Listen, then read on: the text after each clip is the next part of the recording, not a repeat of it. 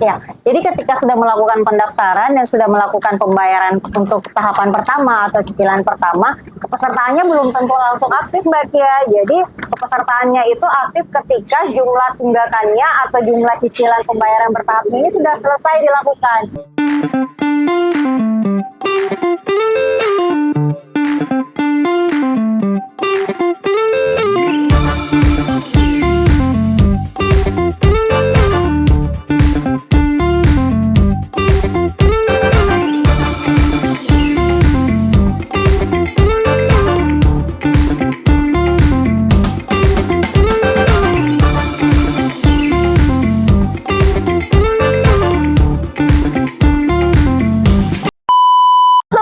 Selamat pagi, selamat datang lagi di Ngobras, ngobrol asik dan santai.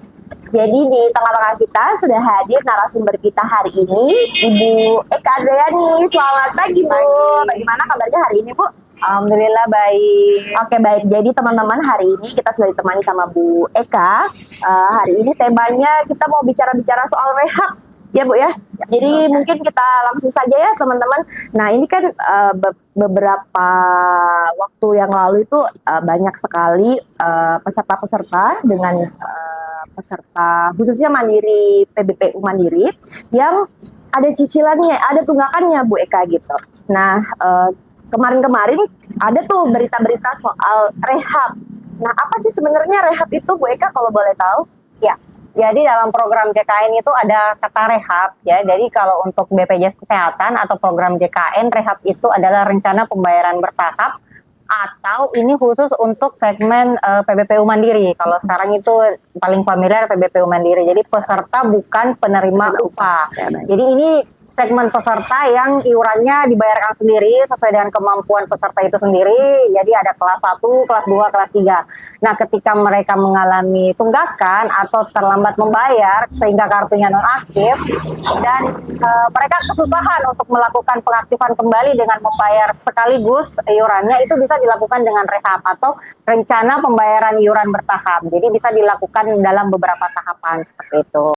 Nah, tadi itu kita udah dengar ternyata rehab itu kita bisa membayar tunggakan secara bertahap atau gampangnya kita kenal dengan cicilan, kira-kira gitu ya Bu Eka ya. Nah terus Bu, kira-kira siapa saja yang bisa mengikuti program pembayaran tunggakan bertahap ini?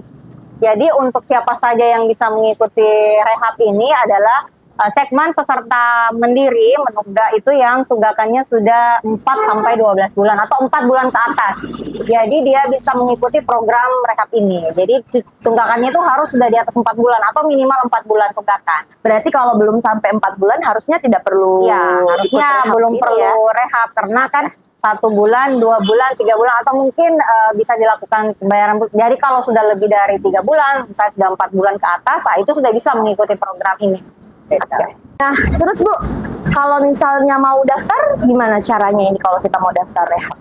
Ya, jadi cara daftar rehabnya ini bagaimana atau seperti apa? Nah, sekarang kan semua ada dalam genggaman di Mbak Kia. Jadi teman-teman bisa melakukan pendaftaran itu di mana saja. Misalnya punya HP semua, jadi buka di download aplikasinya di aplikasi mobile JKM.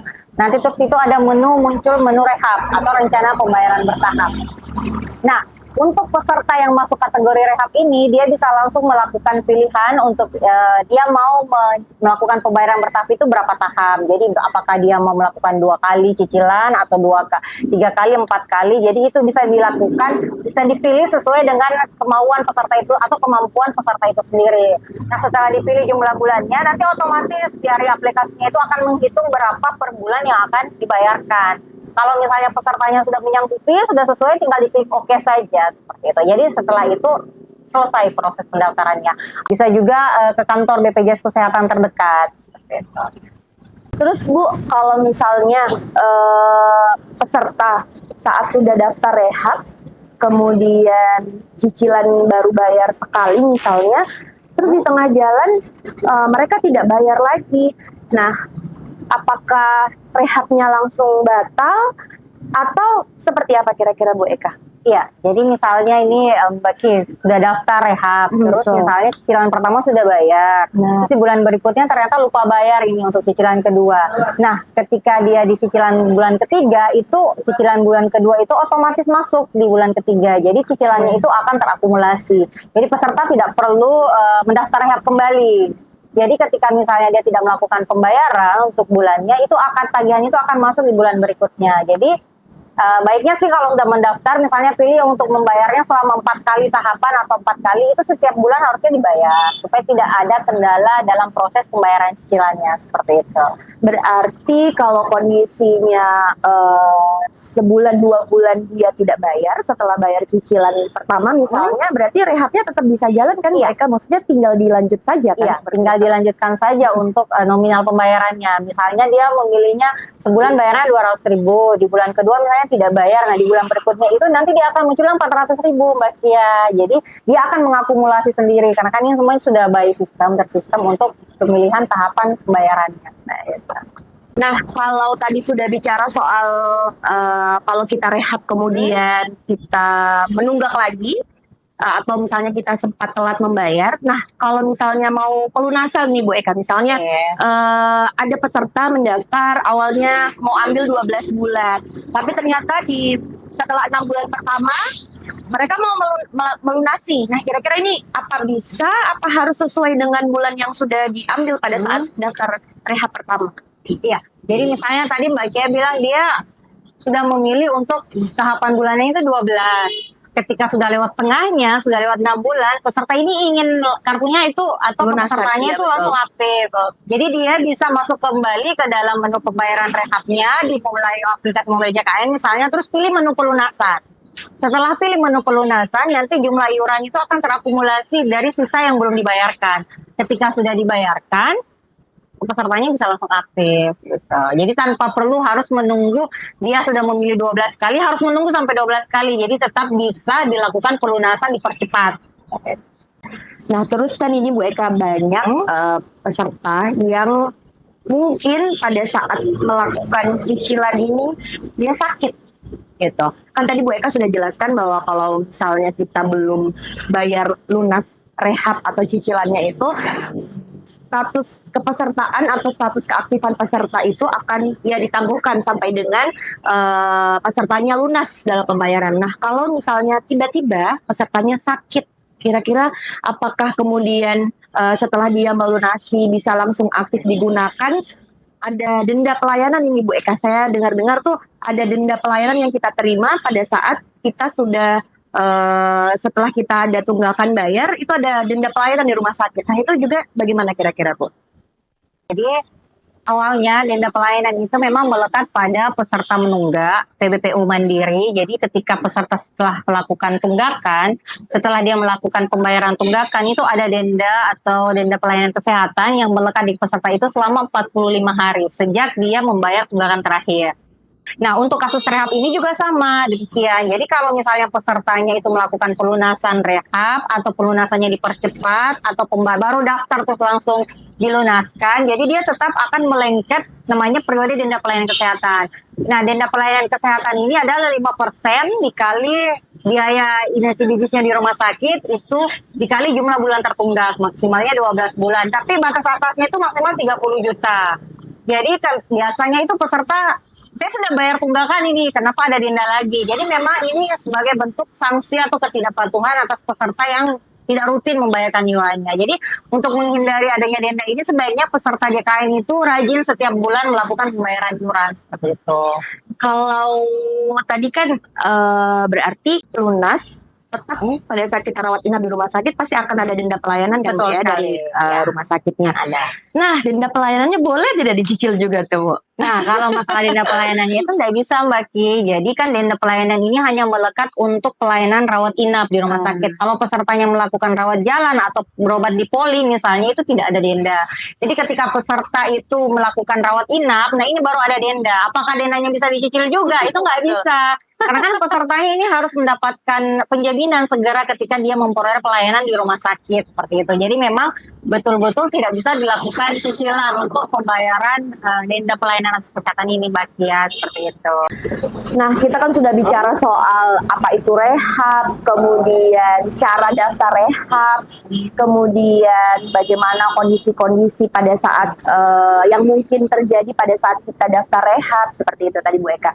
Termasuk juga dengan tunggakan-tunggakan yang segmennya sudah bukan lagi PBPU Mandiri. Kira-kira dari semua pembicaraan kita dari awal sampai akhir, manfaat rehab itu sebenarnya apa sih Bu Eka untuk peserta? Boleh. Jadi sebenarnya kehadiran rehab ini lebih kepada untuk membantu peserta yang mungkin jumlah anggota keluarganya banyak dan dia mungkin kemarin sudah melewati beberapa bulan untuk tidak rutin bayar iurannya, atau mungkin sebelumnya terdaftar auto debit. Jadi kan iuran BPJS Kesehatan ini juga bisa dilakukan auto debit di mitra perbankan. Nah, kalau jika misalnya saldonya tidak mencukupi dan ternyata dia lakukan tunggakan, nah ini kan mungkin kalau anggota keluarganya 5 ke atas kan agak berat Mbak Kia.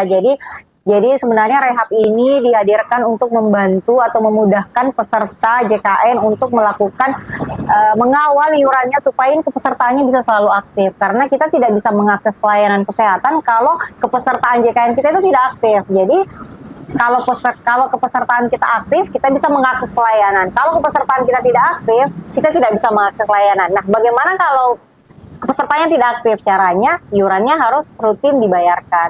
Nah, inilah hadir rehab rencana pembayaran bertahap. Gitu. Dan di formulasi atau dihadirkan itu peserta sendiri bisa memilih. Dia bisa membayar untuk berapa kali sesuai dengan kemampuannya. Seperti itu. Terus Bu, kalau misal kan banyak untuk saat ini tuh kita dapati peserta-peserta mandiri, PBPU Mandiri ya khususnya, yang mungkin sudah terdaftar sebagai PNS, atau misalnya yang awalnya dia sebagai peserta mandiri, terus kemudian sebagai peserta pegawai swasta atau dia bekerja lah di perusahaan swasta. Nah itu kan mereka ditanggung juga dari perusahaannya. Tapi dalam kasus ini misalnya peserta pada saat kepesertaan mandiri sebelum dia bekerja itu dia punya tunggakan Bu Eka. Apa bisa kira-kira kalau misalnya mereka sudah terdaftar sebagai segmen lain tetapi dia mau juga daftar cicilan rehab ini? Iya. Jadi kalau untuk peserta mandiri ini, peserta PBPU Mandiri ini kan tunggakan itu akan melekat seterusnya. Ketika misalnya dia dialihkan menjadi pegawai swasta, misalnya yang seharusnya dia ditanggung oleh pemberi kerjanya dan dia susah untuk melakukan pelunasan, itu memang dia mempunyai kewajiban untuk tetap melunaskan tunggakannya sebelum dia dialihkan. Kalau misalnya dia merasa berat, dia bisa mengikuti program rehab ini. Kalau untuk ke segmen lain pun seperti itu. Jadi kan di BPJS Kesehatan itu, di JKN itu banyak segmennya Mbak Kia. Jadi bukan hanya peserta mandiri, tapi ada pegawai swasta, pegawai negeri, atau misalnya ada juga yang ditanggung oleh pemerintah, baik itu pusat maupun daerah. Jadi memang ketika peserta mandiri melakukan peralihan segmen, itu iuran yang sebelumnya itu memang tetap harus diwajibkan untuk tetap dibayarkan. Bukan berarti kita beralih segmen terus tunggakannya hilang ya. Nggak bisa gitu. Karena kan ini namanya utang Mbak Kia. Jadi kan betul. memang harus dilakukan pembayaran pelunasan sebelum beralih segmen. Misalnya pun dia berlakukan peralihan segmen ketika misalnya dia bekerja tanggungan pemerintah ini, dia ke tanggungan pemerintah misalnya selama setahun. Dalam setahun itu misalnya dia sudah diidentifikasi oleh pemerintah, ini sudah tidak bisa ditanggung pemerintah lagi. Nah, dia kembali kan keluar iuran yang sebelumnya dia dimasukkan dari tanggungan pemerintah itu kembali. Jadi memang peserta itu punya kewajiban untuk melunasi. Jadi ada baiknya sebelum dia melakukan peralihan segmen itu iurannya itu dibayarkan dulu. Kalau tidak bisa langsung kan bisa dilakukan rehab. Baik, mungkin ini sekaligus juga informasi untuk teman-teman semua. Jadi banyak sebenarnya Bu Eka pertanyaan-pertanyaan yang muncul seperti itu karena banyak juga peserta-peserta yang ternyata sudah beralih tapi tidak tahu bahwa kewajiban itu tuh masih melekat di orangnya. Jadi ini juga tambahan informasi. Jadi buat teman-teman yang mungkin sampai dengan hari ini sebelum bekerja masih ada tunggakannya, boleh langsung daftar rehab. Nah mungkin langsung lanjut saja Bu Eka terkait itu juga. Kalau misalnya kita daftar untuk kita cek bahwa apakah kita sudah bayar berapa kali ya, atau misalnya apakah di bulan depan mungkin kita sudah selesai atau sudah lunas? Itu caranya gimana, Bu? Nah, itu bisa dilakukan pengecekannya itu melalui aplikasi mobile JKN. Jadi ketika misalnya kita punya aplikasinya, setiap bulan ketika melakukan pembayaran itu akan muncul notif-notifnya Mbak Kia. Jadi kalau misalnya juga mau dilakukan pelunasan itu bisa langsung, mau dilihat sisa agingnya berapa lagi nih ya, itu tinggal buka aplikasinya saja. Sekarang kan anak-anak yang sekarang tuh lebih banyak pegang HP ya. Jadi semuanya ada di mobile JKN, aplikasi BPJS Kesehatan. Oke, terima kasih banyak Bu Eka untuk kehadirannya sebagai narasumber membagikan informasi ke teman-teman semua terkait rehab ini.